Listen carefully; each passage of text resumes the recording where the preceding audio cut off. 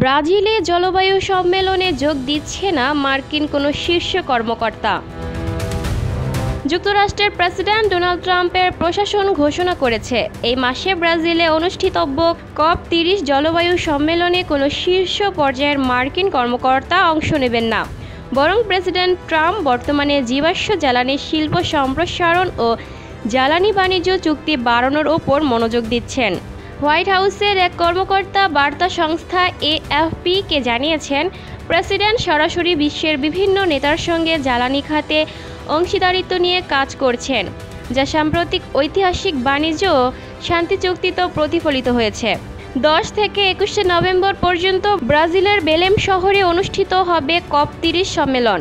এর আগে 6 ও 7 নভেম্বর অনুষ্ঠিত হবে রাষ্ট্র ও সরকার প্রধানদের প্রাক সম্মেলন শীর্ষ বৈঠক। এবারের সম্মেলনে অংশগ্রহণকারী নেতার সংখ্যা কমে দাঁড়িয়েছে 60 জনেরও নিচে, যা 2 বছর আগে দুবাইয়ে অনুষ্ঠিত COP28-এর প্রায় 200 নেতার তুলনায় উল্লেখযোগ্যভাবে কম। গত বছর আজারবাইজানে অনুষ্ঠিত COP29-এ অংশ নেন 75 জন নেতা। ইতোমধ্যে জার্মানি, যুক্তরাজ্য, Netherlands, Norway, Colombia, Chile, Cape Verde ও লাইবেরিয়ার সরকার প্রধানরা তাদের উপস্থিতি নিশ্চিত করেছেন। আয়ারল্যান্ডের প্রধানমন্ত্রী মিশেল মার্টিনও শীর্ষ সম্মেলনে অংশ নেবেন। চীনের পক্ষ থেকে জানানো হয়েছে, প্রেসিডেন্ট শি জিনপিংয়ের প্রতিনিধিত্ব করবেন ভাইস প্রিমিয়ার ডিং সুয়েসিয়াং।